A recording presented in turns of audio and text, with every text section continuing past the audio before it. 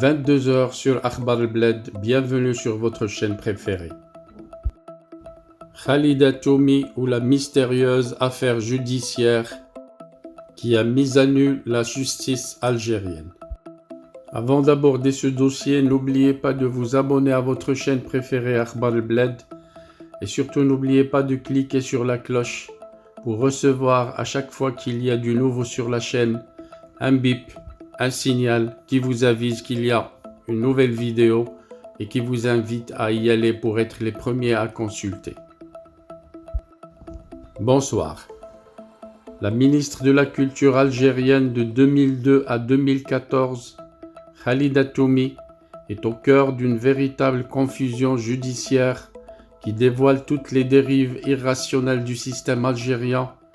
Absolument rien dans les procédures judiciaires qui accablent Khalida Toumi. Rien n'est conforme au texte juridique, aux règles d'une justice sérieuse et impartiale. Le début de l'affaire fut uniquement basé sur des soupçons qui n'ont jamais été vérifiés par une enquête sérieuse et efficace. Khalida Toumi a été arrêtée à la suite d'une simple lettre anonyme dont on ne connaît pas l'écrivain pour des soupçons de dilapidation de l'argent public et abus de fonction et tati-tata. Elle est en détention provisoire à la prison d'El Harrach depuis le 4 novembre 2019. C'est ainsi que Khalida Toumi a bouclé 2 années de prison sans avoir subi préalablement de procès ni avoir été jugée coupable d'un crime quelconque. Cette longue période de détention préventive est similaire d'une condamnation qu'aucune loi ne peut justifier, sachant que le principe sacré de la présomption d'innocence n'a pas été respecté. Ce n'est qu'en décembre 2021 que Khalida Toumi a appris que son procès s'ouvrira bientôt devant les juridictions compétentes. Durant tout ce temps, son dossier a été gelé sans aucune explication ou justificatif légal. En 3 semaines, la justice algérienne avait fait savoir qu'elle avait clôturé son instruction. En 3 semaines seulement, alors que Khalida Toumi est emprisonnée depuis plus de 2 ans et toutes ses demandes de liberté conditionnelle ou provisoire ont été refusées, alors qu'elle ne présentait pas le moindre risque de fuir la justice au regard de son statut de personnalité politique et publique. Victime d'un prolongement injustifié de sa détention provisoire, l'ancienne ministre de la Culture allait découvrir encore d'autres anomalies au cours de son temps attendu procès. Le 3 mars dernier, le pôle pénal économique et financier du tribunal de Sidi Mohamed à Alger avait reporté une première fois ce procès au 17 mars. Un deuxième report fut ensuite décidé et le procès s'était tenu finalement le 24 mars dernier. Et voilà que, après 29 mois de détention arbitraire, Khalida Toumi a pu avoir enfin l'occasion de se défendre devant les juges sur le banc des accusés.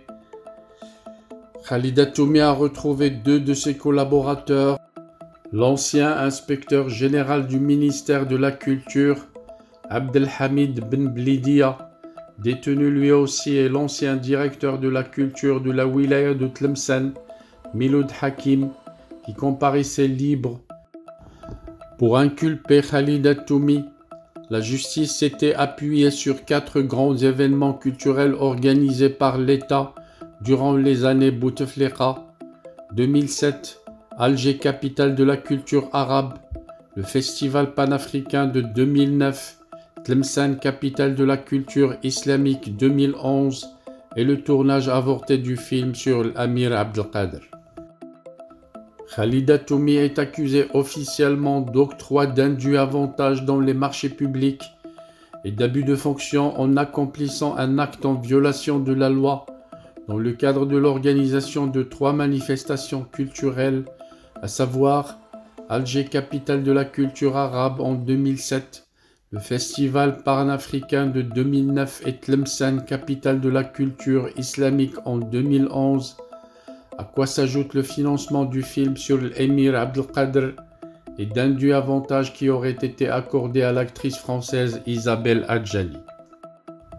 Et pour accabler Khalida Toumi, les juges algériens avaient auditionné 53 témoins et engagé 11 expertises comptables pour éplucher des dizaines de contrats qui ont engagé des milliards de dinars de dépenses publiques.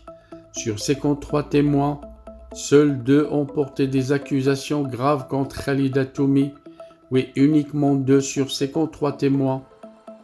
Le premier témoin est Hamid Sraï, signataire des ordres de service et attestations d'arrêt et de reprise du chantier lié au marché de réhabilitation de la salle de cinéma Atlas à Bab el Oued à Alger.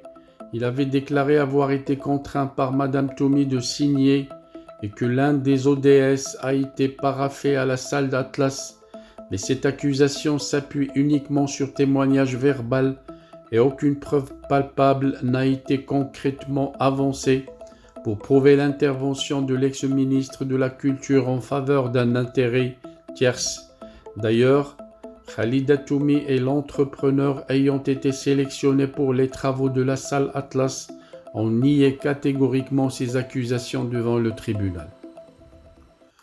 Le deuxième témoin est le directeur général de l'Agence pour la réalisation des grands projets de la culture, Mostafa Ouarif, qui avait également accusé l'ex-ministre d'agir par instruction en faveur d'intérêts privés. Il s'agit encore une fois d'accusations verbales qui n'ont jamais été étayées par des éléments matériels convaincants. Face à l'inconsistance des accusations, les avocats de Khalida Toumi se sont relayés pour dénoncer une véritable cabale médiatique orchestrée par vengeance politique visant à s'en prendre gratuitement à une personnalité publique qui dérange.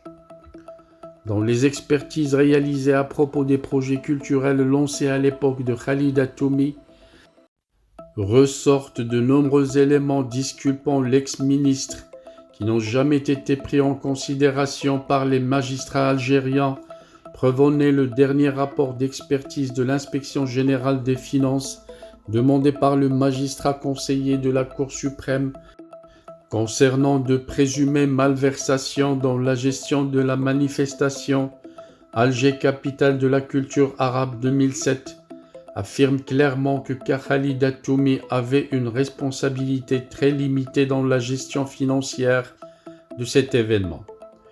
Khalida Toumi n'était qu'un membre du comité national de gestion de cet événement culturel de grande envergure, présidé par l'ex-chef du gouvernement Ahmed Ouyahia et composé de plusieurs ministres.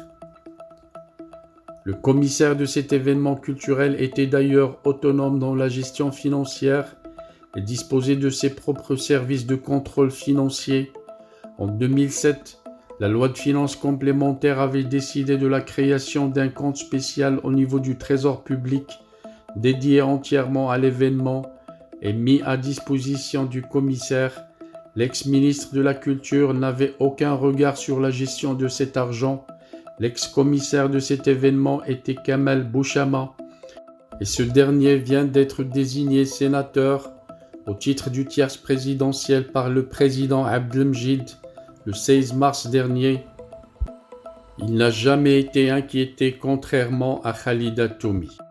Un autre document central n'a pas été pris en compte par la justice algérienne dans son traitement de l'affaire.